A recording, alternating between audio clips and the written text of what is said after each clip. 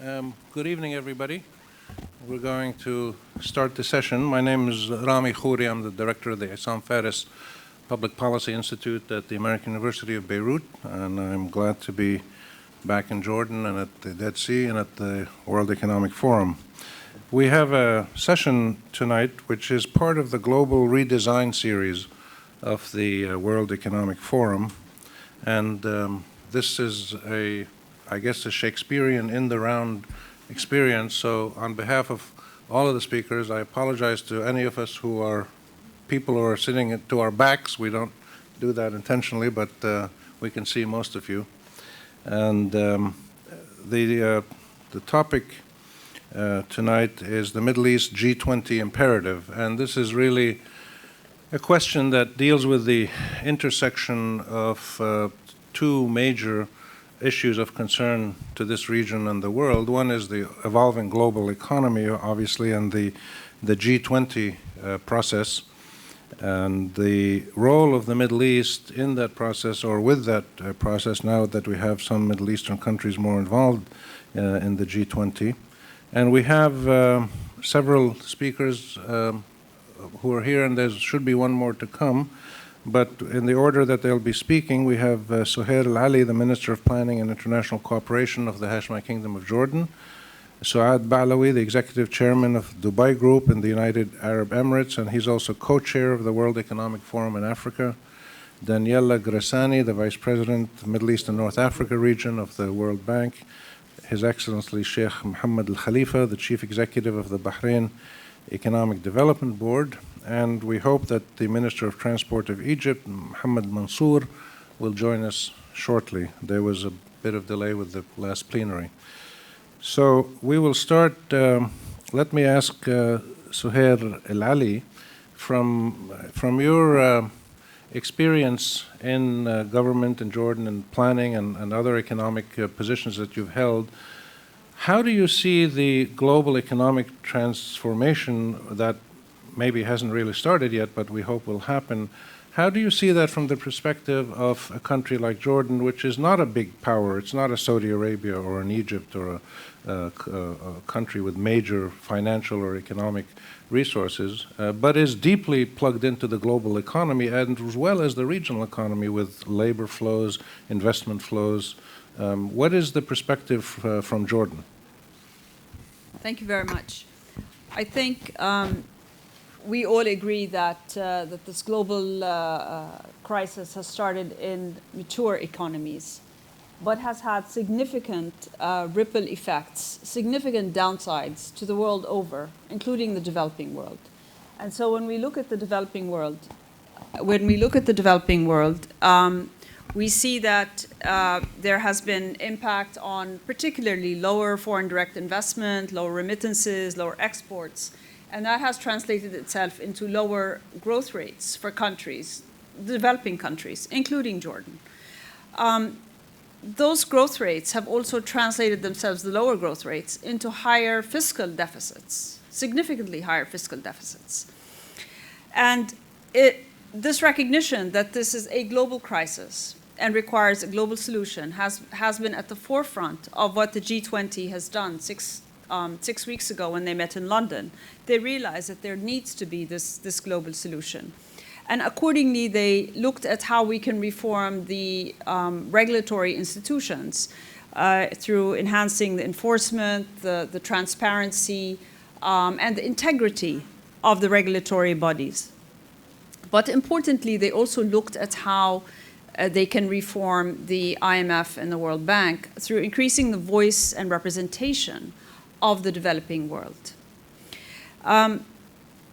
However, while we recognize that the G20 is clearly a much more inclusive process than the G7, however, it is, after all, G20. It is 20 countries, and it ignores the other 160-plus countries in the world. And when we discuss the role of the Middle East and how we can play a bigger role in the world economy and in the redesign of the financial regulatory environment, I think we all agree that our world is not just divided by politics. Our world is also divided by a gap between the developed and the developing world, between the haves and the have-nots. And even in the developing world itself, there are divisions. There are divisions between the higher income countries and the lower income countries. And this is where I'm going to answer about Jordan. Okay? Because even in the developing world, there are the haves and the have-nots. And clearly, the have-nots have been more impacted. But when we look at the whole Arab world, I'm talking about the Arab Middle East, take it all together, that we are underrepresented in the sense that we have limited financial resources. And when you look at these global or international financial institutions, whether it's the IMF or the World Bank, we all get quotas, and our voice is heard by as much as the quota that we have. And so when you look at the Arab Middle East, our total quota in the IMF and the World Bank is somewhere between 8 to 8.5% in either of the institutions. So clearly, while the developing world has been a key driver for growth globally, it has significantly been impacted, has been a victim of this crisis. And if we are a victim, and here I'm speaking about the Arab world, we cannot be so underrepresented. Our voice is not heard if we are just talking about quotas. So, there we have to find a way where recognizing that we don't have the fiscal space to increase our stake into these institutions, yet our voice must be more heard. So we need to come to a formula. We need to have a serious discussion as to how the developing world, particularly the ones who don't have the fiscal space, to have increased voice and representation. I think this leads me to another point, and this is key from where I sit. Jordan has been a country that has implemented significant economic reform. Back in the late 80s, we were drowned in debt. We did this significant economic restructuring program. We tried to reschedule our debts. We worked down our debt profile. We now are looking at much healthier debt to GDP numbers. However, I go back to the point that I started with, which says, as a result of this crisis, because we have been victims of this crisis, because our fiscal deficits have grown, we find ourselves in a position where we have to borrow more. This is not just in the case of Jordan, but in the case of most of the developing worlds. So if we have to borrow more, that means we don't want to wake up several years from now finding ourselves drowned in debt. And then déjà vu, history repeats itself, and we find ourselves that we wake up and maybe we could have a debt crisis again. So we clearly don't want that. So, I'm posing two things. I'm saying we could potentially have a debt crisis for the developing world as a result of the financial crisis that we are victims of, and that we were not party to instigating that crisis. Secondly, I say, because we have limited fiscal resources, we will not have the fiscal space to increase our ownership, our stake, our shareholding in these global financial institutions, in the international financial institutions, I should say, so that our voices need to be heard. So I'm posing another thing, saying that we need to come to a formula where voices of countries like Jordan that have been very much reform-oriented, that have very much worked on the right track, to be increasingly heard in the financial reform, in the global financial reform. Thank you. Thank you, Suhair. Several of those points I'm sure will recur. Let me ask Soud al-Balawi from the Dubai Group in the United Arab Emirates. The Dubai and the UAE experience in terms of interacting with the global financial system has been a bit of a roller coaster in the last couple of years. If we go back and remember how when Dubai Ports was trying to invest in the United States, it was hit with a very hard barrage of criticism and even some some people thought almost racist resistance against Arabs investing in the U.S., security implications and things like that. And then when there was started to be a bit of a global economic crisis last year, you had people from the West suddenly, including prime ministers and others, coming to the UAE and asking about, what are you going to do with all your sovereign wealth funds, and maybe you can help us out and invest some more money.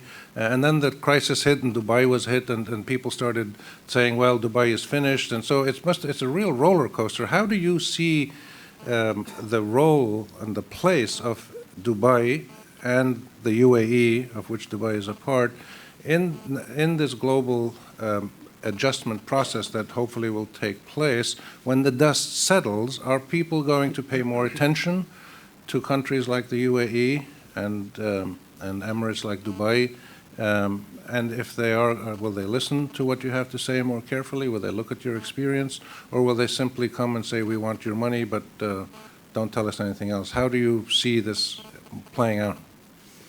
Well, thank you. I was actually thinking we're going to talk Bring about the mic closer up. Yeah, sure. I was thinking that we're going to talk about the G20, but this question is a little bit. Look, at the end of the day, I think that UAE as a country is the second biggest economic bloc in terms of GDP among the Arab world. Okay. It has a lot of capital reserves and excess capital. It is an economy that, if you compare with the rest of the Arab world, despite the fact that we have a lot of oil and gas, we have managed to create an economy that is at least today 65% non-oil GDP dependent. So it's an economy that's really driven towards services, trade, tourism, and it's a very open economy. I think one of the things that we could look at UAE, it's really the ability of us today that we've created global companies. We've created companies like, Emirates Airline, like Etisalat, Imar. These global companies from UAE have been investing across the world, and they will continue to invest across the world. The challenges that we faced before, I think some of the challenges will still be there, some of the challenges will disappear. But I think what is more interesting today is that the world has changed, considerably. The future, today we are, everybody's talking about recession, everybody's talking about, calamities and so on and so forth. But at the same time, there are a lot of opportunities. There are a tremendous amount of opportunities. The only difference is that going forward, I think the key thing is that financing of these opportunities would have to be done through equity, less debt, and there's no need more of capital. So what I say is that I think UAE as a country can play a significant role, in terms of being a contributor to large reserves of capital. The world will need capital. If you look at the United States today, they need a lot of money, almost $1.6 trillion of infrastructure development. If you look at our part of the world, in terms of the Middle East, we are a young population. We also have a need for a lot of infrastructure investment. So I see that the global imbalances that has been created over the last 10 years, there will be a little bit more adjustment. With China coming into play, I think, and Middle East would have a much more significant role to play. Also, coming back to Middle East, and one of the things that we need to understand as well is that we, as an economic bloc today, and we are almost $1 trillion economy. It depends upon how you look at the numbers. So we are among the top 10 economies today. We still have a lot of oil and gas reserves, depending upon the numbers. We have more than 50% or more than 25% of oil and gas reserves. The oil is still sold in dollars. Most of our currencies are pegged in dollars, And Saudi Arabia today is a member of G20. with the GCC also having this process of monetary union coming into play, I think you would see that there be a platform, in my view, a platform whereby you could actually use this platform through Saudi Arabia to be able to have a say in the G20 as well as the IMF and World Bank. Also, on the other hand, I think these changes that are taking place in IMF in terms of, they're changing the quotas, they're changing the voting rights, because now you have China, you have India, you have Brazil coming into play. I think there will be an opportunity for us, if we do want to play a significant role as a Middle East economy, we will have an opportunity to actually do so. There will always, I think, the challenge between the developed world and developing world, because of the fact that everybody needs more influence to the process, influence in the decision making. But my view is that Middle East as a whole, has the necessary ingredients to play a much bigger role in the Middle East. But really, the onus is really on us as a bloc and how we want to play that role. We will get to that to see how the Arab world or the Middle East is actually making its voice heard more. But let me ask Daniela Gressani from the World Bank, Vice President of the Middle East and North Africa region, from where you sit, do you hear the voices from the Arab world? Are these voices clear, or do they need to be heard better? Do you think that there are issues that are coming out of the Arab world that the G20 and the global financial institutions are not paying enough attention to? Yes, the answer is yes. I very much think so. I think that the Arab world, the Middle East and North Africa more broadly, are a group of countries that could play, and I would even say should play, a bigger role in the global economic infrastructure. And I don't mean just, as Minister Al-Ali said, by having larger shares, even though that's obviously important, but in terms of, I think, first of all, setting agendas. There are issues that are very important to the Arab world that I think would be greatly advanced by the Arab world having a stronger voice in the context of global economic infrastructure, and architecture. And I'm thinking of all of the youth agenda. I'm thinking about the concerns over food security. I'm thinking about the importance of an open trade and a special investment regime for the countries of the region.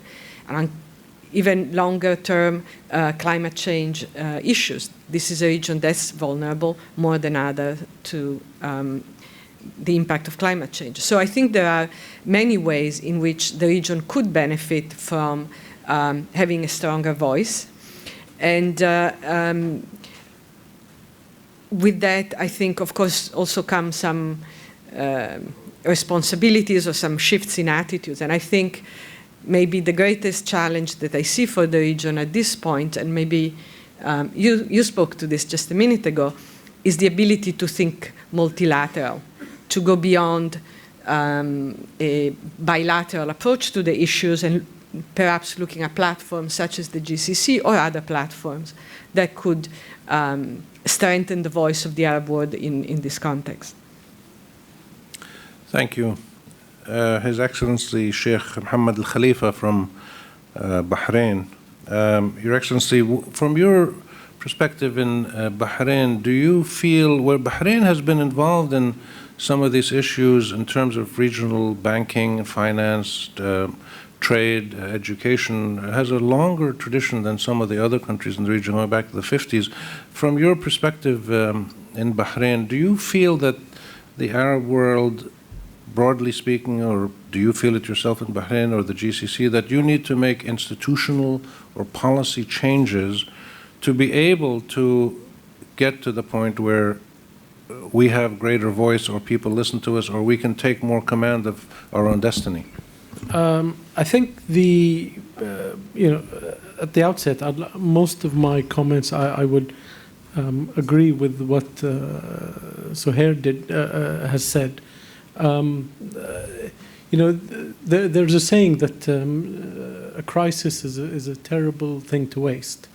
And we are in the middle of a crisis, and now is the time where we can use this to affect change.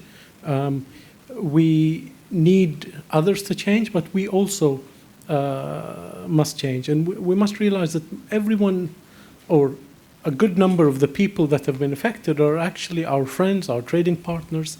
So it's not us trying to beat them up or trying to.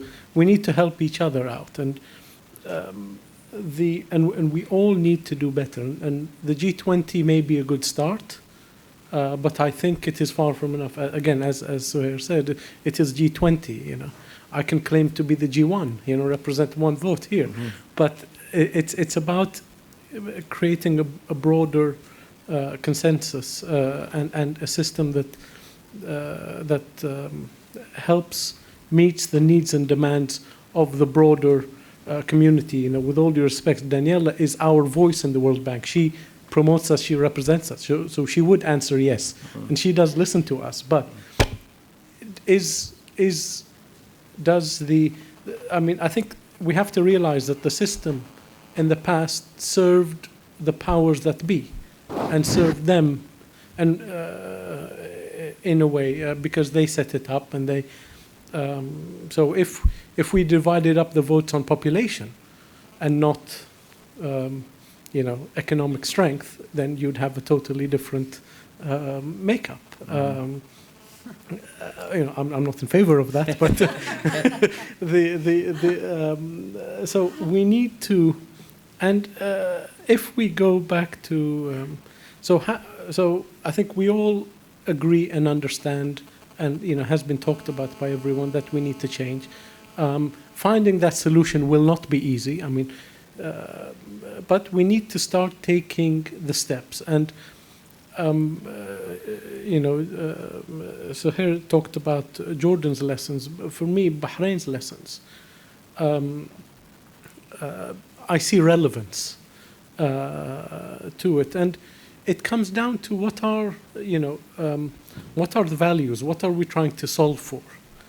And the old system, I think, we talked about. To me, it has failed for two reasons, or it's unfit for purpose for two reasons. One is it's unfair, and we've spoken about that.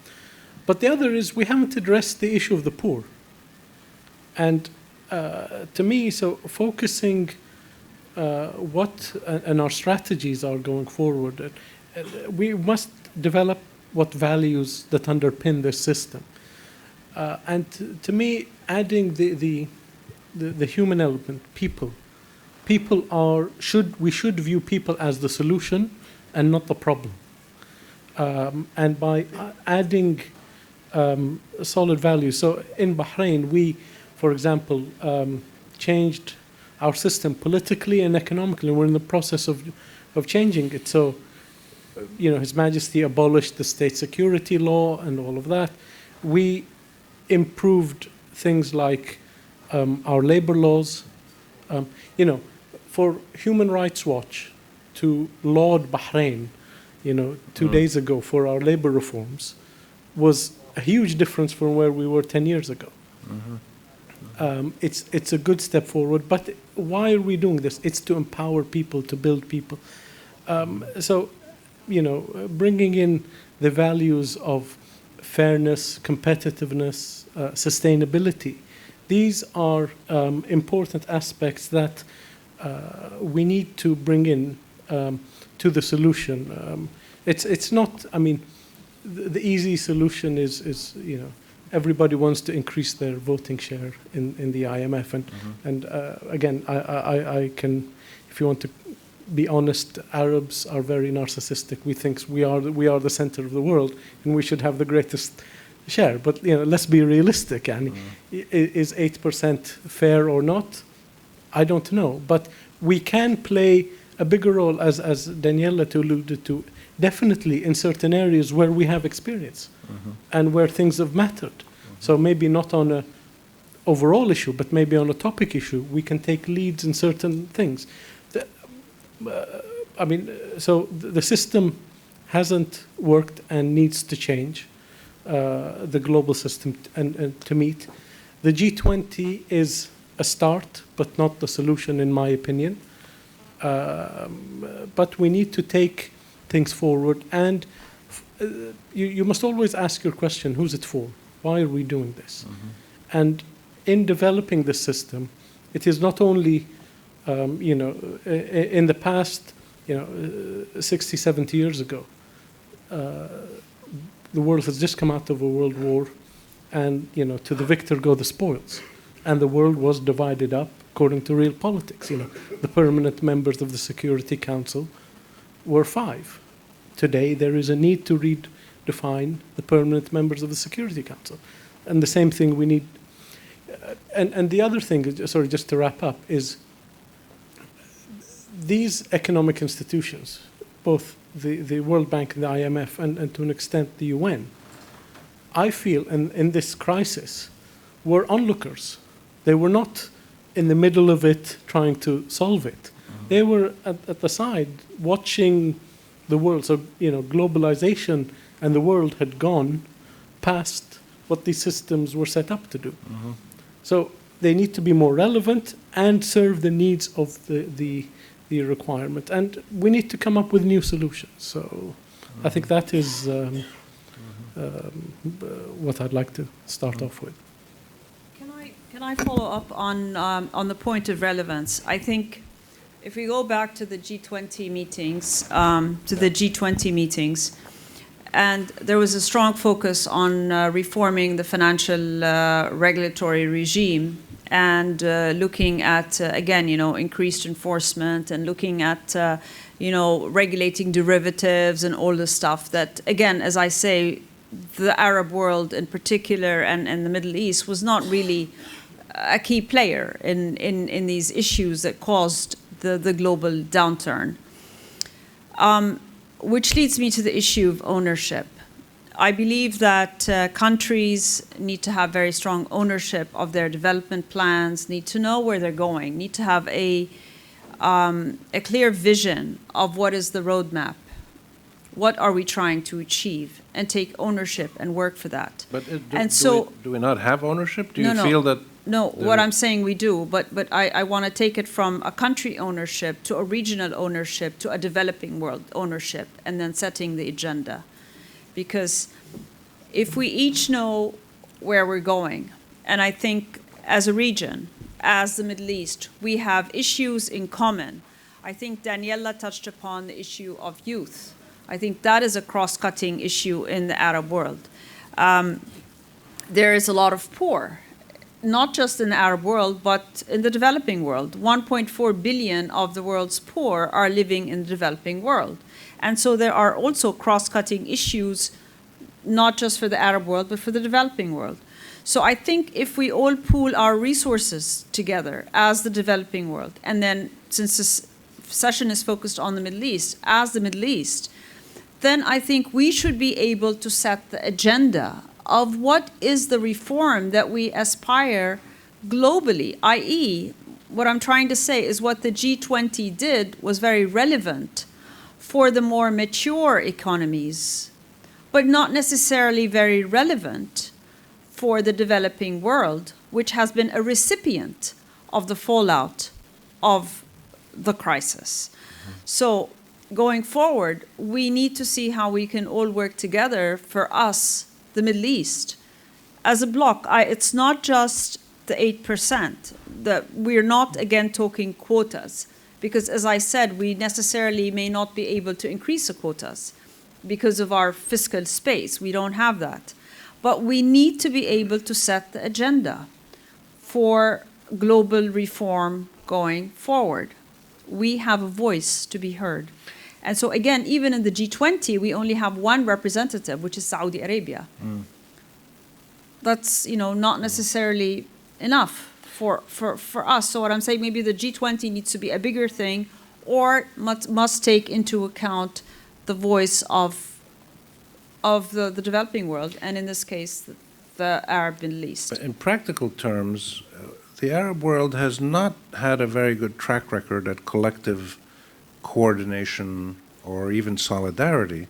My impression is that in this crisis, the Arab world, each country has tried to look after its own needs, and there may be a little bit of GCC, maybe work together a little bit, but there hasn't been any systematic regional coordination. Have any of you felt any significant move in this direction, what Suhair is asking for? I mean, the fact of the matter is this crisis has affected different countries, the oil-producing countries in different ways than the non-oil producing countries. So the solutions by that very nature have been different. But I think the track record of, let's say, the Arab League speaks for itself. It has not been very effective. But that does not negate the need for the Arab world to have a bigger voice in setting the agenda, as our two ladies here have proposed. Just because the Arab world has not been as effective. Effectiveness comes in delivery of results. We need to make sure what the priorities are first. And then each in his own way, can produce this. You originally asked me what was Bahrain's tracker or experience on this. And I mean, essentially our long track record of over 4 decades as a financial center, and still the largest center in the Gulf, is that prudence and consistency matters. The irrational exuberance is gone and is unsustainable. So we need to be balanced. We need to take a measured approach, and this is what this global system needs to do. Is fundamentals matter, values matter, and we need to work towards in building it. Let me go ahead, Daniela. Can I make a comment? I actually think what you said is very important. The Arab world today does not have the kind of, except for the GCC, the kind of mechanism for enhanced economic cooperation that, say, the European countries have after 60 years of, Wednesday, the first Wednesday of the month meeting of the Ministers of Finance and so on. But also, as you said, the response to the crisis, despite the diversity of the countries in the region, has actually been quite similar. All countries have taken a very prudent approach. No country has been racing to go a large amount of debt. All countries have been proactive in taking measures to increase demand, both on the investment side and also on the household side. All countries have, in a sense, also taken some measure for monetary relaxation. There's been a lot of coherence in the way that the region has responded. So it seems to me that even though the mechanisms are not there yet, there is a platform within which you may be able to find such mechanism. So, Balawi, do you feel that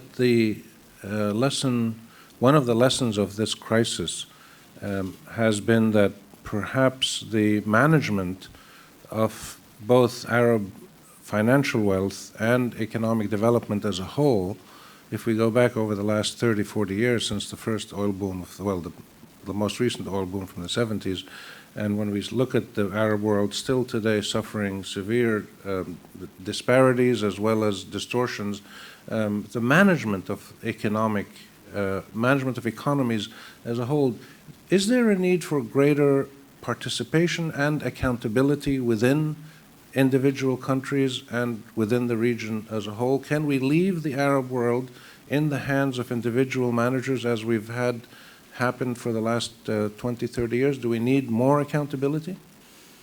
It's a very good question. Well, I think that, you see, if you look at, the Arab world is interesting because if we are about 300 million people with about less than $1 trillion economy. Canada is about 25 million people, and they have about $1.3 trillion economy. So, relatively speaking, we're still a very small economy to the world at large. if you compare America, it's 300 million people with $14 trillion economy. So, I mean, that tells you where we are as an economic bloc. Now, why is it that we have, didn't have this uplift? I think one of the problems is not about leaving the countries managed by individuals or by companies. I think the failure to invest in education, okay, the failure in investing in people. I think this has become the major stumbling block for our development as a nation, as a bloc, you know. I think that if you look at our ability to innovate, our ability to invest in the infrastructure, our ability to invest in healthcare, I mean, these are areas that and we haven't taken major steps to do so. So my view is that if we want to develop ourselves further, we need to have a serious development and investment into human resource, which is very, very important. And also we have an advantage because we have a young population. Secondly, I think there need to be heavy investment in the infrastructure. I think this is very important. Airport, transportation, roads, and healthcare. And once you build your economy in this way, then you can have a sustainable economy. You cannot have a sustainable economy if your infrastructure is not first class, if it's your education is not first class. And in my view, I think this is a very important fundamental economic blocks. Obviously, this takes long time. Okay, it takes major decision in terms of government fiscal policy and so on. But these are very necessary for us to be able to do so. Also, but I just want to finish. Also, see, the financial sector can play also an important role. Okay, financial sector, in terms of, let's say, capital market development, we need to have means to be able to raise capital. You can raise capital through equity. You can raise the capital through fixed income. Okay. Now, if you were to look at our capital markets, again, it's very, very. We're very, very, very small. If you look at market cap, if you look at, for example, I think in 1950s, maybe Egyptian stock market was actually bigger than Japanese stock market in terms of market cap. But today we have lost all that. So my sense is that we need to develop as people in terms of investing into human resources, in education, in infrastructure, where at the same time we really need to develop our capital markets, okay, in a way that in a way we should develop these capital markets, and I must say this, but I also believe within the framework of the Islamic financial system, because some of the problems that have happened right now in the Western world is because the system there has moved so much away from the spirit of being a really intermediary, but become so much, and it's not that I'm blaming them, it's just they have learned away and now they're making the correction. They have been very good in innovation, and I think we do have a chance as people. I want to ask the panelists one more question, then we'll open it up to the audience. Can I just pick up on this point? Yeah. Because I think this is a very important point that you raised about plans being at the hands of individuals and not having probably enough accountability and transparency. Let me just use the Jordan experience to talk about this issue in particular. Several years ago, in the past, planning in Jordan used to be a very centralized process. So, for example, the Ministry of Planning used to do the plans for the country, these 5-year, 10-year development plans, like, the rest of some of the countries in the developing world. However, several years ago, His Majesty said, we need to have more buy-in from people. We need to have a more participatory, inclusive process. And so he brought in a number of people, probably about 40, a core team of 40 people representing all walks of life, whether it's the public sector, private sector, civil society, political parties, etc. And he said, can you think together, bring in more people, and eventually they brought in about 400 people, to articulate what is the vision for Jordan for the next 10 years. And what they did was called the National Agenda. There was a document that was delivered by these groups over some period of time that was called the National Agenda. And that articulated where we want to be. What are the aspirations of the Jordanian people from all walks of life for Jordan in 10 years? It was put in a booklet given to His Majesty, he blessed it. And then that sounds great and dandy. Now, if the book just stays with His Majesty, then was given to government and nothing gets done, then it just remains a book that's on the shelf. So what the government did when we got that the national agenda is to translate it into an executive program. And that's where the role of the Ministry of Planning came in, where we actually coordinated development planning with all of the relevant ministries, governmental agencies, public institutions. Over 70 players participated in translating the vision of the national agenda into an executive program for the years 2007-2009. Now, the interesting thing about this executive program is it didn't just put just aspirations. It put in 7 pillars, economic and social. We said this is where we want to be in each sector. These are the projects. This is what we aim to achieve. These are the key performance indicators for each of the years. And this is how much it's going to cost. So now we have a matrix, and this is available on the website of the Ministry of Planning. You can go to it, and you'd see that there are KPIs for every single pillar and sub-pillars within each area. And this actually now represents the socio-economic action plan of successive governments. So it's not up to the current Minister of Planning or current Minister of Finance or current Prime Minister to decide what are the priorities. The priorities have been set by all the key players, all the key stakeholders. They have bought into it. They are responsible. So, for example, if we look at MDGs in health, the Ministry of Health is in charge, and they have their own other KPIs to track performance. So I think this is where, if you institutionalize a process, then you have increased accountability, you have increased transparency, and then you can ask people, you know whether people have delivered or have not delivered and why. Mm-hmm. Well, I think this gets back to also a point Soud mentioned, which I'd like to ask you, and then we'll open the questions. Are we talking, you mentioned, for instance, education and empowering people, and what you're talking about in terms of participation and accountability. In the end, we're talking about a transition in political power, how decisions are made, how power is exercised.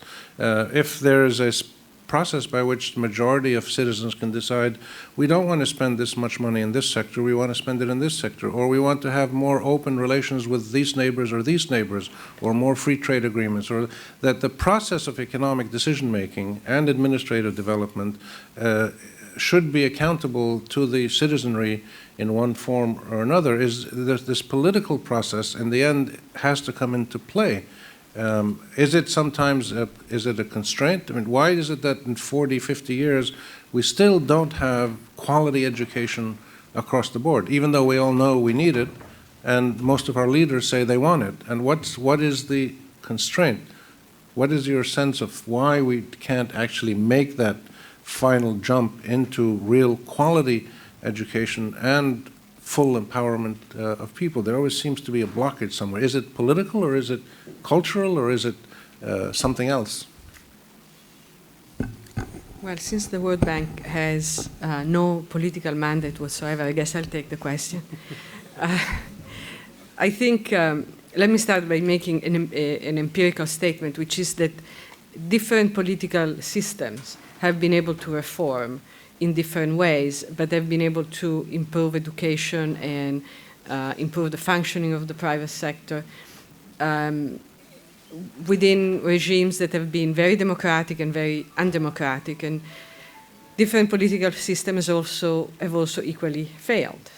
So my instinct would be to say that we should not blame a political system or any political system for doing a good job or a bad job, but perhaps look at the interaction between the political system and the economy and see where there are contradictions that don't allow us to make progress.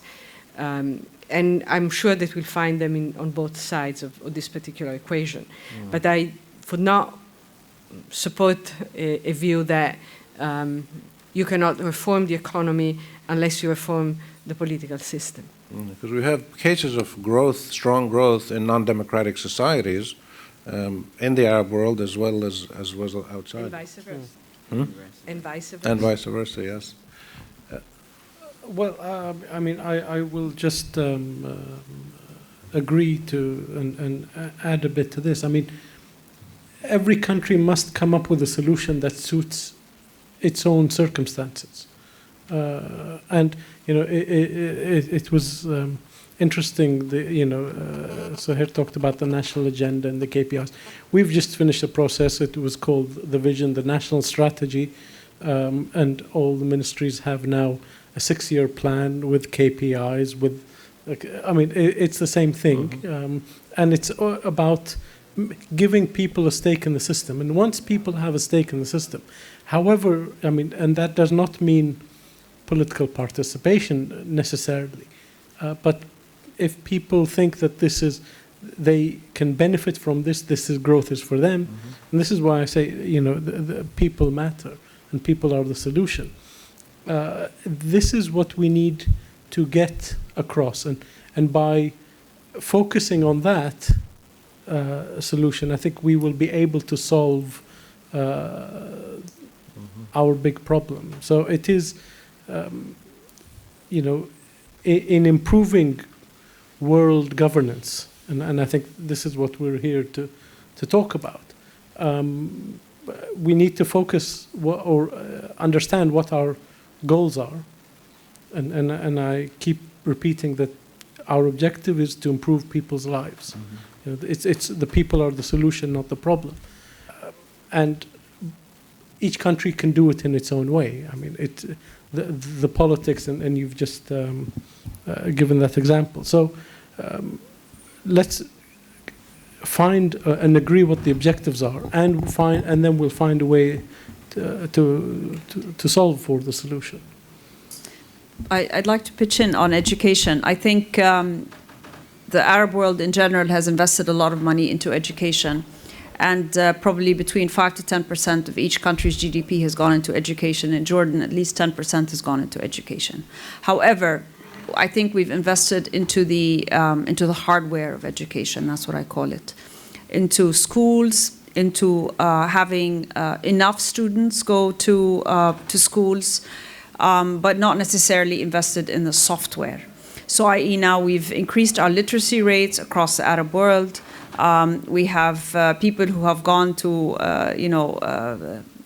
basic schools, school education, but we need to go to the next level, and the next level means looking at the software, looking at the content, looking at the curricula, and particularly when we look at the challenges that we are facing in the Arab world.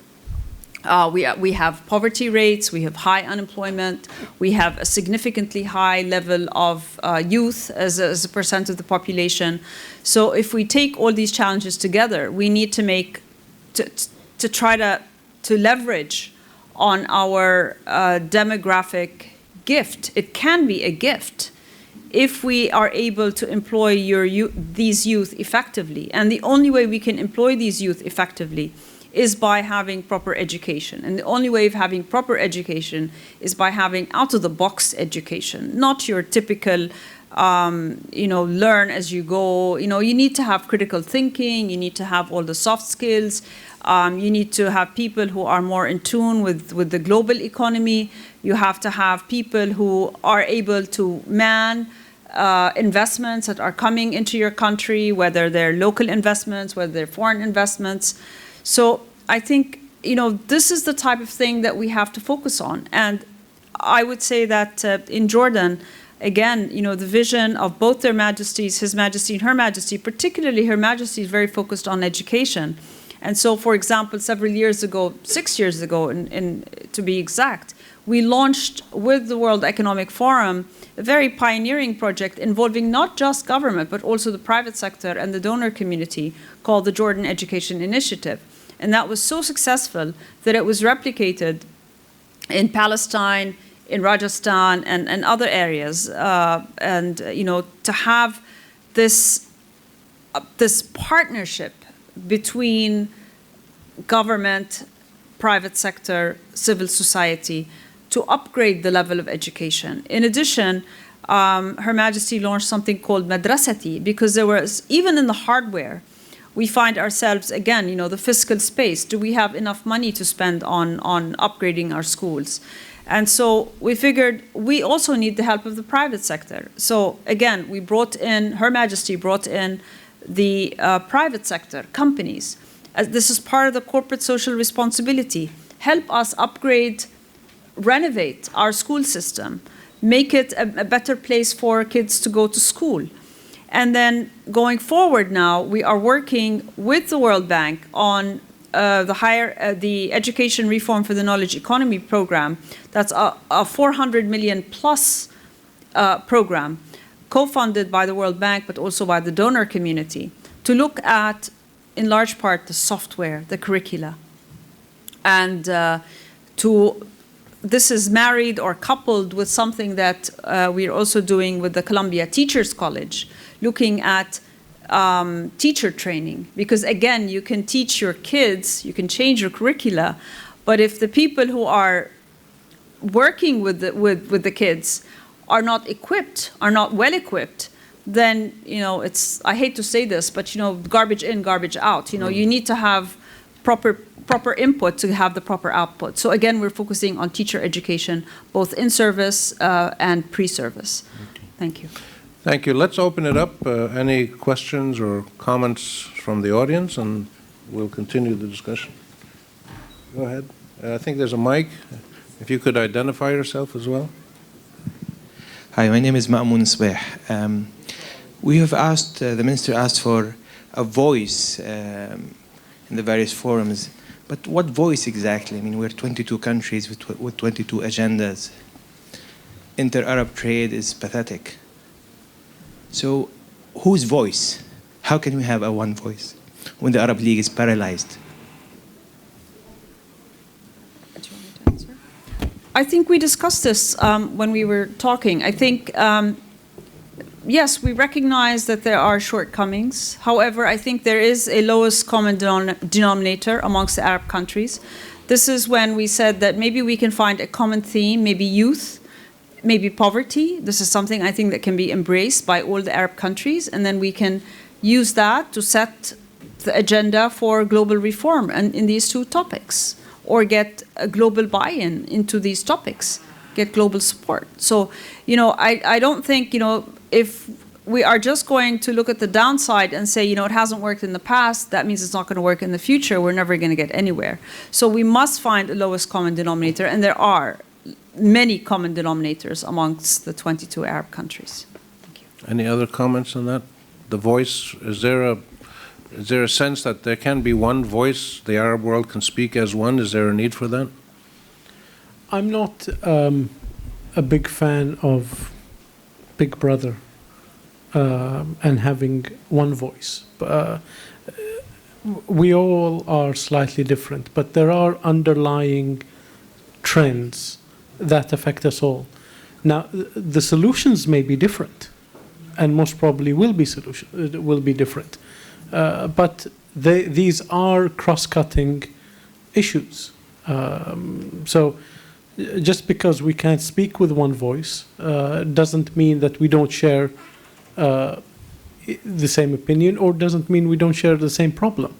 But we need our issues where we can contribute to become more important global problems. And not only in the Arab world. I mean, yes, here maybe we're focusing on the Arab world, but let's talk about the non-G7, non-G8. This is what we're talking about, the non-P5. It's how do we improve or raise the profile of poverty? The United Kingdom, I think it was, took the lead 2 years ago with the G8, and they had all these initiatives. They will cut debt and all of that, and it's all gone. They didn't ask if the countries want their debts cut. Let's ask the countries what they need, and have their input. And I think this is what we're talking about is, أهل الشان, the people who are, ask the people who are the people concerned about what they need, and I think this is what we're talking about. So it's not necessarily speaking with one voice, but it's raising the issues that are underlying and cross-cutting, and they may not be just the Arab world. They may be all developing countries. Daniela, do you sense that the world as a whole, and the G20 in particular, look at the Arab world as one unit? Do they expect the Arab world to come with a single voice and present a single policy, or do they look at us as the Gulf countries or the oil-producing countries, the Levant, or the countries that are more fragile, like Somalia or Lebanon or Palestine, that have had wars and civil wars and are fractured? And how does the world look at us? Well, that's harder for me to be able to answer than the other question you put to me. I think that different parts of the G20, if we want to use that particular forum, look at the Arab world in different ways. Clearly, the GCC, it's a very visible part of the Arab world. After all, with the oil prices the way they were a year or less ago, this was a part of the world that looked extremely well positioned to finance development for the rest of the world. So that, I think, has been one angle that the rest of the world has taken. Another angle that obviously the rest of the world has taken has been the angle of conflict. There is a lot of conflict in this region. Palestine, Somalia, Iraq, Lebanon very recently. So there is also another angle that the rest of the world is taking towards the Arab world, which is, this is a conflict-ridden region.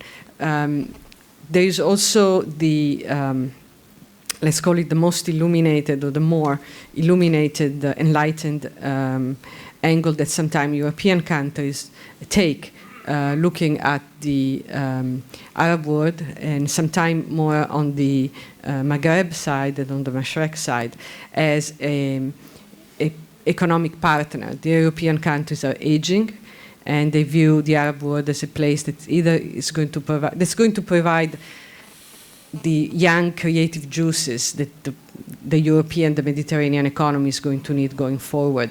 Either young, well-trained people that can work in their countries under the agenda of migration, or countries where production, services, etc., can be outsourced. So I think there are different. I don't think there is one view of the Arab world out there, but certainly there is a lot of interest on the fact that it's a resource-rich part of the world. In fact, it's a youth-rich, a youth being a gift, I think, on the point of view of countries that don't have much youth to speak of, and also concern over conflict. Soud Balawi, do you see the Arab world looking to the G20 with a clear, coherent set of demands or programs? Do you feel that the G20 knows what we want? I don't know what we want. No, but I think that, look, this is I'm obviously not a politician, so I'm not speaking, I am just a private citizen, running an investment company, so this is really beyond me. But I think it has to be a process, it has to be a process. As an Arab Middle East, I think we need to take this stage of influencing G20 by steps. First, today there was only G7 and there was G8. Today we have G20, so at least there's a wider, audience. And now we have Saudi Arabia as a member of the G20.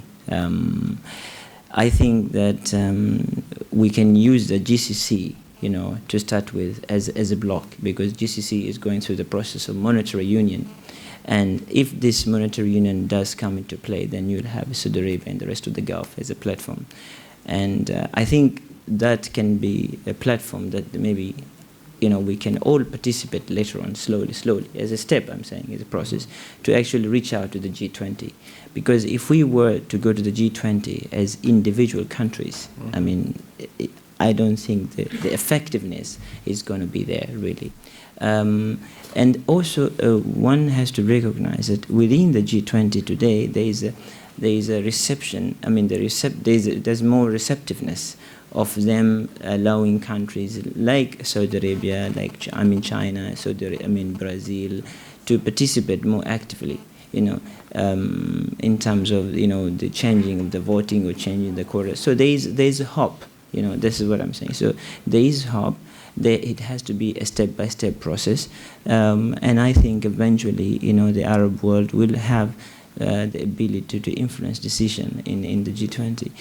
When it comes to, let's say, financial stability forum, or called the board now, when it comes to policy making, and another thing that is very important, I do not think, the G20 themselves can afford, to leave and not listen to the Arab world, because we are an important economic bloc with respect to oil and gas reserves. So, and also, going forward now, I think again, I'm coming back to my point of these large capital reserves. The developed world will need these large capital reserves, and this amount of wealth, it is impossible for the Arab world to invest only in the Arab world, because there are not many opportunities to cover all this money. So these two reasons, I think, it gives us a good opportunity to be an active player. But there's no evidence that the Arab world is going to use either oil or financial reserves in any kind of political manner. It's not likely. No, I'm not talking about political manner. What I'm saying, I'm talking more in terms of commerce.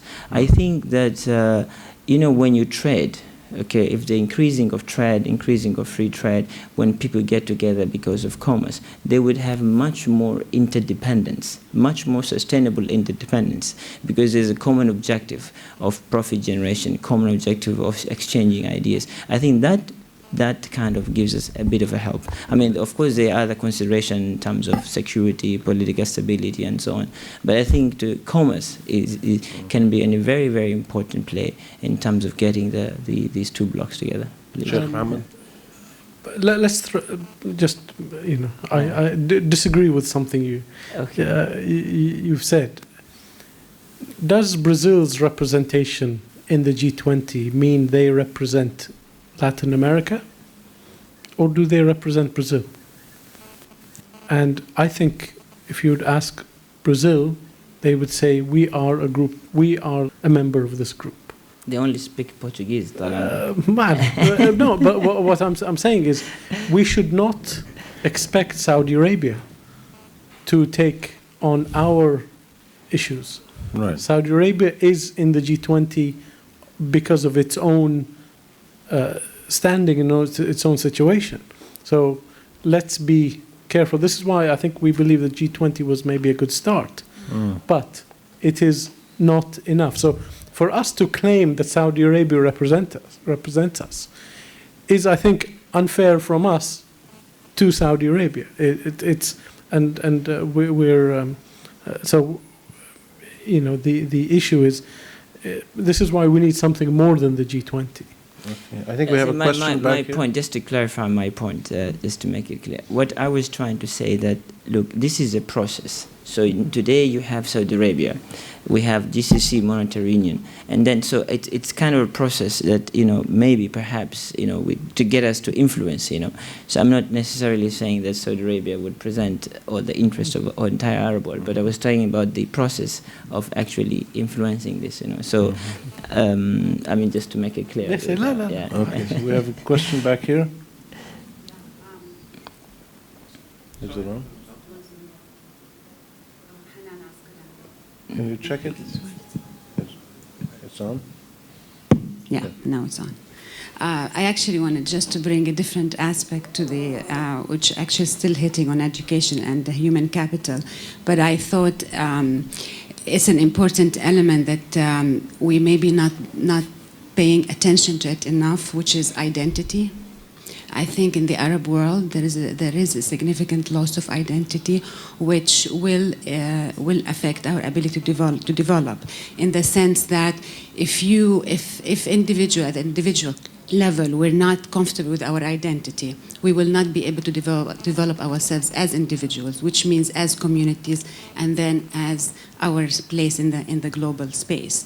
If you look, and that's why when I hear education reform, I honestly tell you, I worry at this point, because our children today, they speak English, they hardly speak Arabic, they are not given Arabic. The Arabic language has not become a significant class in the schools. Our religion, we are suffering from extremism, but that doesn't mean we decrease our Islamic classes, or because if they are not comfortable with their religion and what it means to them, it will develop in the wrong direction. So I want to bring attention that this is an extremely important evolution that's happening in our society, and if we don't pay attention to it, our children and we will not be able to really find our place among in our country and our region, and I think in the global space as a whole. Thank you. I think that raises an important question, which is in the bigger picture. If you look at the Arab world as a whole and its relation with the entire world, it still suffers from great dependency or marginalization. And I mean, if you look at the main spheres of life, economy, military, intellectual and cultural production, the Arab world is not anywhere significant on the global scene, and probably is deteriorating in most cases. It's interesting. The only place that I think the Arab world has actually found its platform on the global stage and has matched the West is in television media, Jazeera and Arabiya and those.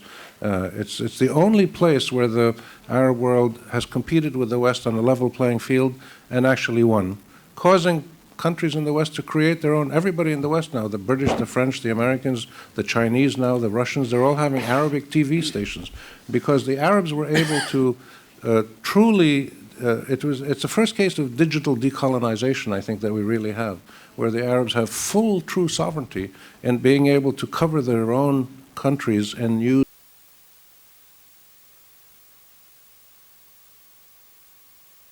look at the Arab world as one unit? Do they expect the Arab world to come with a single voice and present a single policy? Or do they look at us as the Gulf countries or the oil-producing countries, the Levant, or the countries that are more fragile like Somalia or Lebanon or Palestine that have had wars and civil wars and are fractured? And how does the world look at us?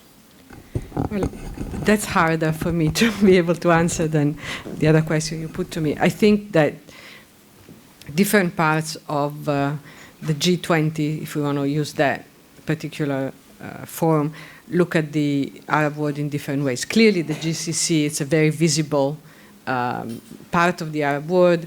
After all, with the oil prices the way they were a year or less ago, this was a part of the world that looked extremely well positioned to finance development for the rest of the world. So that, I think, has been one angle that the rest of the world has taken. Another angle that obviously the rest of the world has taken has been the angle of conflict. There is a lot of conflict in this region. Palestine, Somalia, Iraq, Lebanon very recently. So there is also another angle that the rest of the world is taking towards the Arab world, which is, this is a conflict-ridden region. There is also the, let's call it the most illuminated or the more illuminated, enlightened angle that sometimes European countries take, looking at the Arab world and sometimes more on the Maghreb side than on the Mashrek side as an economic partner. The European countries are aging, and they view the Arab world as a place that either is going to provide the young creative juices that the European, the Mediterranean economy is going to need going forward. Either young, well-trained people that can work in their countries under the agenda of migration, or countries where production services, etc., can be outsourced. So I think there are different. I don't think there is one view of the Arab world out there, but certainly there is a lot of interest on the fact that it's a resource-rich part of the world. In fact, it's a youth-rich, a youth being a gift, I think, on the point of view of countries that don't have much youth to speak of, and also concern over conflict. Soud Balawi, do you see the Arab world looking to the G20 with a clear, coherent set of demands or programs? Do you feel that the G20 knows what we want? I don't know what we want. No, but I think that, look, this is I'm obviously not a politician, so I'm not speaking, I'm just a private citizen, running an investment company, so this is really beyond me. But I think it has to be a process, it has to be a process. We, as an Arab Middle East, I think we need to take this stage of influencing G20 by steps. First, today there was only G7 and there was G8. Today we have G20, so at least there's a wider, audience. And now we have Saudi Arabia as a member of the G20. I think that we can use the GCC, to start with as a block, because GCC is going through the process of monetary union. And if this monetary union does come into play, then you'll have Saudi Arabia and the rest of the Gulf as a platform.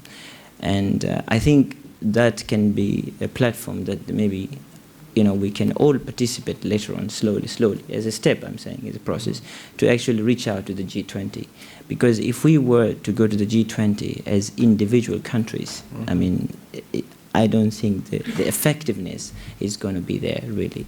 And also, one has to recognize that within the G20 today, there is a reception. There's more receptiveness of them allowing countries like Saudi Arabia, China, Brazil, to participate more actively.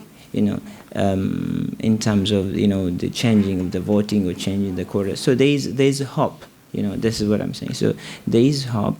It has to be a step-by-step process, and I think eventually, the Arab world will have the ability to influence decision in the G20.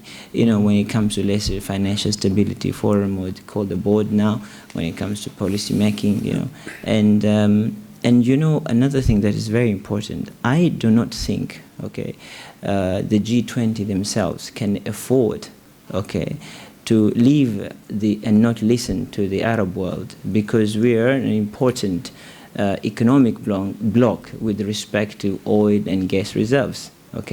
So, and also, going forward now, I think again, I'm coming back to my point of these large capital reserves. the developed world will need these large capital reserves, and this amount of wealth, it is impossible for the Arab world to invest only in the Arab world, because there are not many opportunities to cover all this money. So these two reasons, I think, it gives us a good opportunity to be an active player. But there's no evidence that the Arab world is going to use either oil or financial reserves in any kind of political manner. It's not likely. No, I'm not talking about political manner. What I'm saying, I'm talking more in terms of commerce. I think that, when you trade, okay, if the increasing of trade, increasing of free trade, when people get together because of commerce, they would have much more interdependence, much more sustainable interdependence, because there's a common objective of profit generation, common objective of exchanging ideas. I think that kind of gives us a bit of a help. I mean, of course, there are other considerations in terms of security, political stability, and so on. But I think commerce can be a very, very important play in terms of getting these two blocks together. Sheikh Mohammed? Let's I disagree with something you've said. Does Brazil's representation in the G20 mean they represent Latin America, or do they represent Brazil? And I think if you would ask Brazil, they would say, we are a group, we are a member of this group. They only speak Portuguese. No, but what I'm saying is, we should not expect Saudi Arabia to take on our issues. Right. Saudi Arabia is in the G20 because of its own standing in its own situation. So let's be careful. This is why I think we believe that G20 was maybe a good start, but it is not enough. So for us to claim that Saudi Arabia represents us is, I think, unfair from us to Saudi Arabia. The issue is, this is why we need something more than the G20. My point, just to clarify my point, just to make it clear, what I was trying to say that, look, this is a process. So today you have Saudi Arabia, we have GCC monetary union, and then so it's kind of a process that maybe perhaps to get us to influence. So I'm not necessarily saying that Saudi Arabia would present all the interests of the entire Arab world, but I was talking about the process of actually influencing this. So I mean, just to make it clear. Yes, yeah. Okay, so we have a question back here. Is it on? Can you check it? It's on? Yeah, now it's on. I actually wanted just to bring a different aspect to which actually is still hitting on education and the human capital. But I thought it's an important element that we maybe not paying attention to it enough, which is identity. I think in the Arab world there is a significant loss of identity, which will affect our ability to develop. In the sense that if at the individual level we're not comfortable with our identity, we will not be able to develop ourselves as individuals, which means as communities, and then as our place in the global space. If you look, and that's why when I hear education reform, I honestly tell you, I worry at this point, because our children today, they speak English, they hardly speak Arabic, they are not given Arabic. The Arabic language has not become a significant class in the schools. Our religion, we are suffering from extremism, but that doesn't mean we decrease our Islamic classes, or because if they are not comfortable with their religion and what it means to them, it will develop in the wrong direction. So I want to bring attention that this is an extremely important evolution that's happening in our society, and if we don't pay attention to it, our children and we will not be able to really find our place among in our country and our region, and I think in the global space as a whole. Thank you. I think that raises important question, which is in the bigger picture. If you look at the Arab world as a whole and its relation with the entire world, it still suffers from great dependency or marginalization. And I mean, if you look at the main spheres of life, economy, military, intellectual and cultural production, the Arab world is not anywhere significant on the global scene, and probably is deteriorating in most cases. It's interesting, the only place that I think the Arab world has actually found its platform on the global stage and has matched the West is in television media, Jazeera and Arabiya and those. It's the only place where the Arab world has competed with the West on a level playing field and actually won, causing countries in the West to create their own. Everybody in the West now, the British, the French, the Americans, the Chinese now, the Russians, they're all having Arabic TV stations because the Arabs were able to truly, it's the first case of digital decolonization, I think, that we really have, where the Arabs have full, true sovereignty in being able to cover their own countries and news and analysis and commentary. And that hasn't happened in a lot of other fields. So there is this problem in terms of military, culture, intellectual production, research, and economy, where we remain marginal and dependent on the rest of the world. And we've been talking about these issues, trying to figure out how do we get out of this situation. It will happen. I mean, I have no doubt it will happen, because you have 300 million Arabs who are largely frustrated in many cases. They're not happy with this situation. They want to try to find a way, and they don't want to do it violently. They want to do it peacefully. They want to do it rationally. They want to do it by maintaining their dignity, their identity, their values, but to take their rightful place in the world. I think it will happen. But these questions, I think questions of identity are important. I'm less worried about what the speaker said. I think it's true that you have more Arabs like myself who work in English and speak in English, and so there are more people doing this. But this is not necessarily a bad sign. This is a sign that we're able to interact with the global environment, that we're able to compete on a global stage. But the vast majority of Arabs are studying in Arabic, are keeping a strong identity, and I think this is a we have to be careful not to confuse what a small elite is doing with the large masses of society. Any other comments or questions from the audience? Let's have a last round of comments. If we were to look to the future, if there's a new dynamic that is launched with if the economic crisis stabilizes at some point, which it should, have we seen the worst of the impact on the Arab world in economic terms and poverty terms, dropping investments, dropping in trade flows, dropping in remittances? Have we seen the worst yet? Can we start now trying to plan for the next stage and to actually reconnect on a more equitable, more productive, more mutually beneficial level with the global economy? You know, in all honesty, I don't think anyone has the answer to this. I mean, if you talk about the global economy, no one knows whether it's behind us or not. I mean, if the Dow Jones and the stock market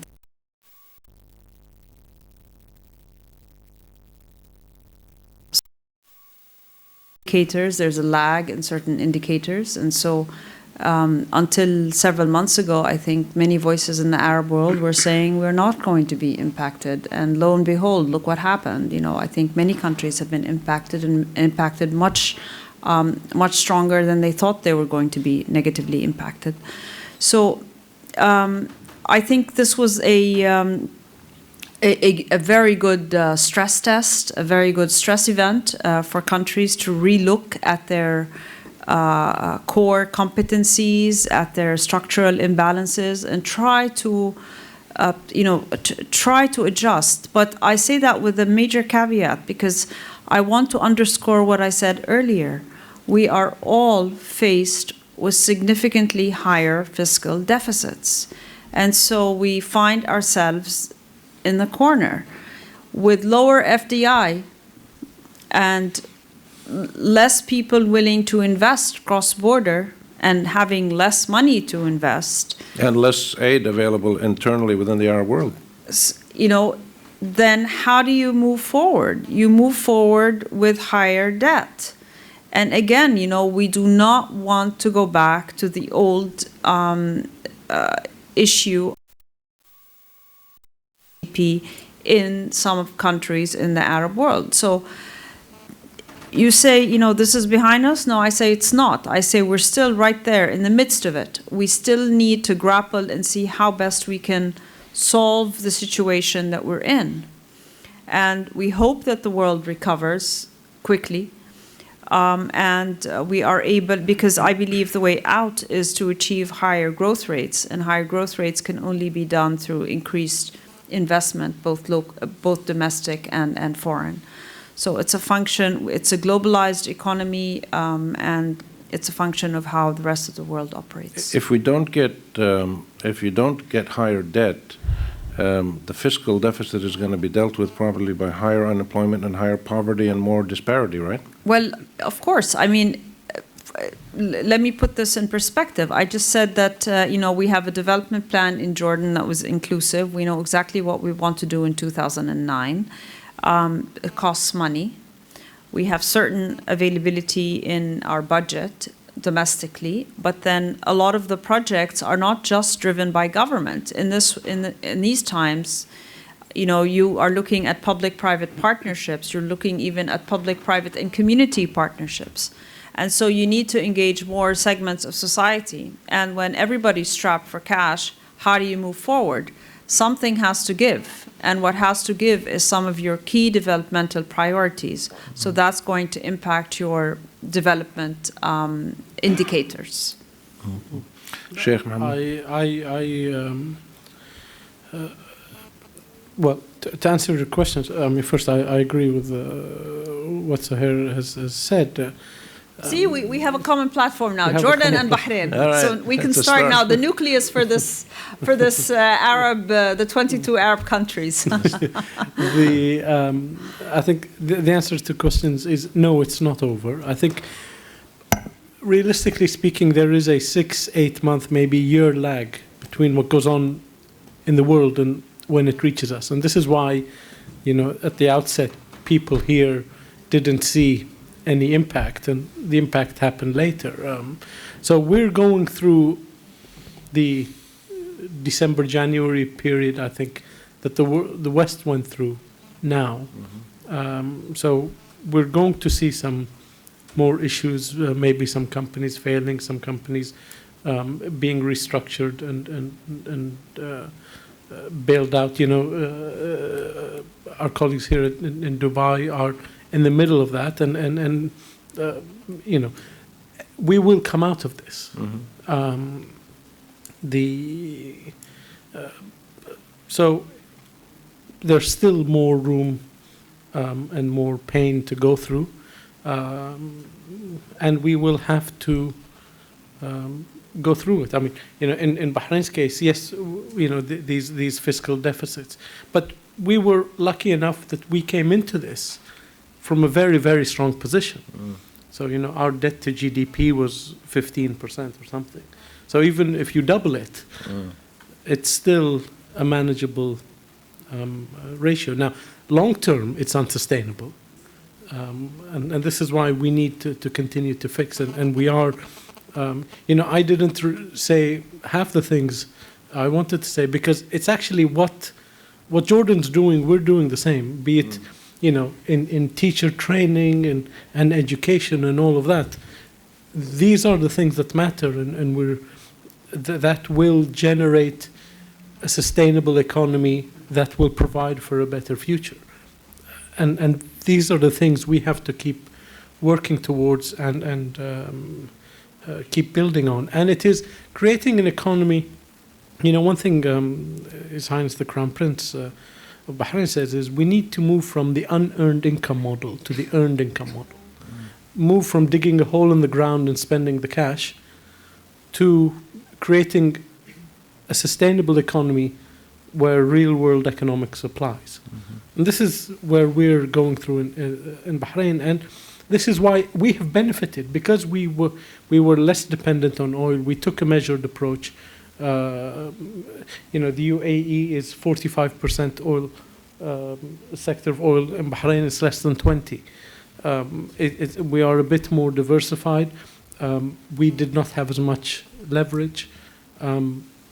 So growth, employment in Bahrain in the first quarter was up. Trade volume in the port in the first quarter was up 2 to 3%, but still up. So it is focusing on the fundamentals. What are your values? What are the fundamentals? And making people the solution, not the problem. And I think by focusing on these, we now have one voice, and other countries will surely add on. So it is, but we're not out of the woods yet. So we still have a bit to go, I think, in the problem. And if you know when, please let me know. Okay. I think we'll all like to know when this thing will end. But we just have to keep working, and we need the world, to make it relevant to the topic. We need the world system to be more relevant to us, and not just the needs of the G7. It was set up 50, 60 years ago, served that time, but it is not fit for purpose today, and we need it to change. Thank you. Soud? Yeah, I think that, the engine of growth in the world is still United States of America. My view is that, if America does come out of this quicker than what most people anticipate, that will be a very good news for the entire world. They have some significant problems, but at the same time they've done some significant steps to overcome these problems. The key thing is about liquidity. Today, if you see from October, there was no liquidity.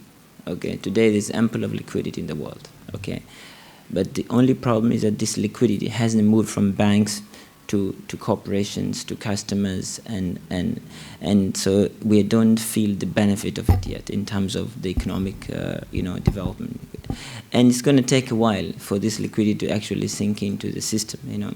But I think once you have this liquidity sinking into the system, for example, you have now almost $5 trillion of money market funds, just staying on the sideline, While at the same time you have banks like United States, the credit card utilization in United States in terms of lines is about $5.2 trillion. It's gone down to 4.6 because a lot of banks are cutting down lines. So, there are these fundamental things that they take time to really come into the economy. And I think my view is that once the liquidity gets into the economy, once the benefits of the liquidity are going to go to customers and corporations with a very low interest rate environment that we have, I think the potential for recovery is going to be much higher.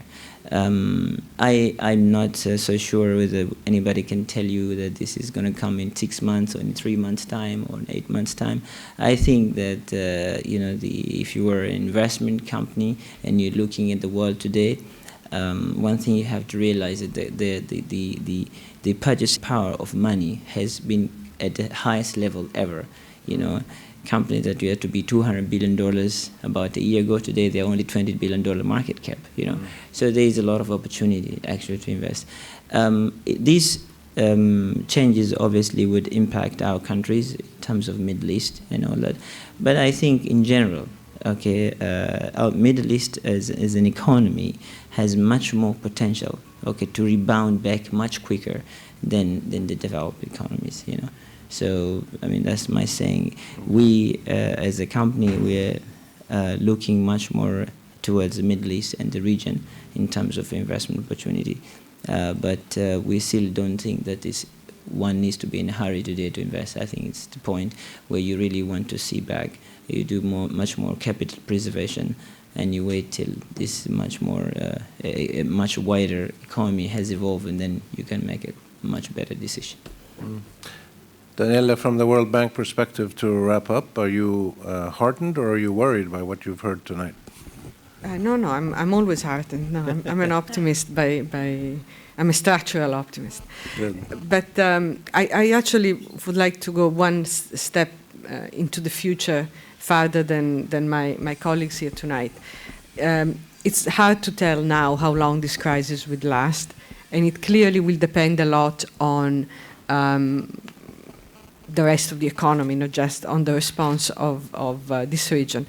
But I think it's a real opportunity for this region to look at what it can do in this period to have the fastest possible rebound once the international conditions improve. And well, maybe I'll get an opportunity to talk a little more about it on Sunday when I'm sitting on a different panel. But I do think that every country in this region has now some real opportunities to look at the future and try to address those constraints that will limit their rebound. And if they focus on that, and if they can really build on their strengths so that once the global conditions improve, the economy of this region can rebound quickly, I think this will be not a bad crisis. Well, again, to remind us all as we close that this session was part of the global redesign series that the World Economic Forum has launched to look rather ambitiously at the redesigning the global system. But the global system needs redesigning, as we've all experienced. And I think the challenge, as we've heard, is very clearly up to us in the Arab world to get our own house in order at the domestic level and at the sub-regional level and at the regional level. If we're going to interact with the world and be taken seriously, we have to show that we can do this. And I think all of us believe that we can, but we're still all searching for the proper mix of policies and mechanisms and political environment, economic environment, and it's amazing how it all, every session almost you have in the Arab world gets back to education. It's tapping the human potential and unleashing the spirit of human creativity and dynamism and productivity.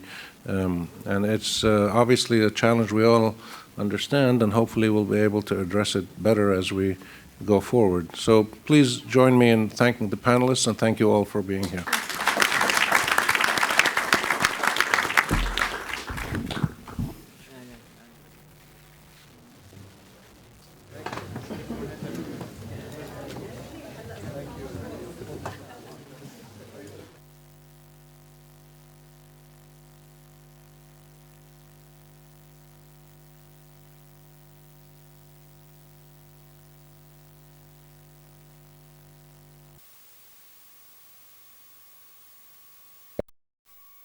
Fast enough, are not innovative enough. It's not about administration anymore, it's about change. If you look, and what we learn in school is business administration, and we should learn change management, innovation management. And I think it's exactly the time for entrepreneurs, for small startups, to provide a service immediately. But our friend here is both right and wrong, actually. She's wrong because you don't need to have all that money, but you're right because probably the banks, the financial system, and the source of capital, even if it's small capital, in the Middle East is not friendly to people like you. Can I also add, bureaucracy is often not friendly. Not friendly. All the time. With big established companies, and this is a very good point, they're there. They know how to work the system. A young So, business but now we're still talking problems, and she's going to criticize again. So solutions. Is microcredits and the use of additional microcredits for young entrepreneurs a solution, look, and how do we make that happen? Look, it's not about microcredit. It is about medium-sized credit. So microcredit is not really that, because microcredit is about the poorest of the poor. We need to go a step ahead. Okay, good. And so how do we achieve that? I think Khaldun Tabaza is a good guy to talk to us about entrepreneurship, because he is a venture capitalist. I think he is. Thank you, Fadi. I'll talk about that in a second, but first of all, I'd like to go to one point that was proposed early on, which was about having 3 Middle East or 5 Middle Easts. And that goes straight against the concept of entrepreneurship, because entrepreneurs need economies of scale, and I haven't heard any of the panelists comment on that point, and I wonder if people agree that we actually I don't think any of us were saying that you can't have an economy of scale across all of the geographic region that is known as the Middle East. I think we were saying that culturally, socially, in terms of traditions, in terms of practices, in terms of relative wealth or less wealth. If we're talking about business here, and we're talking about, I think it's very conventional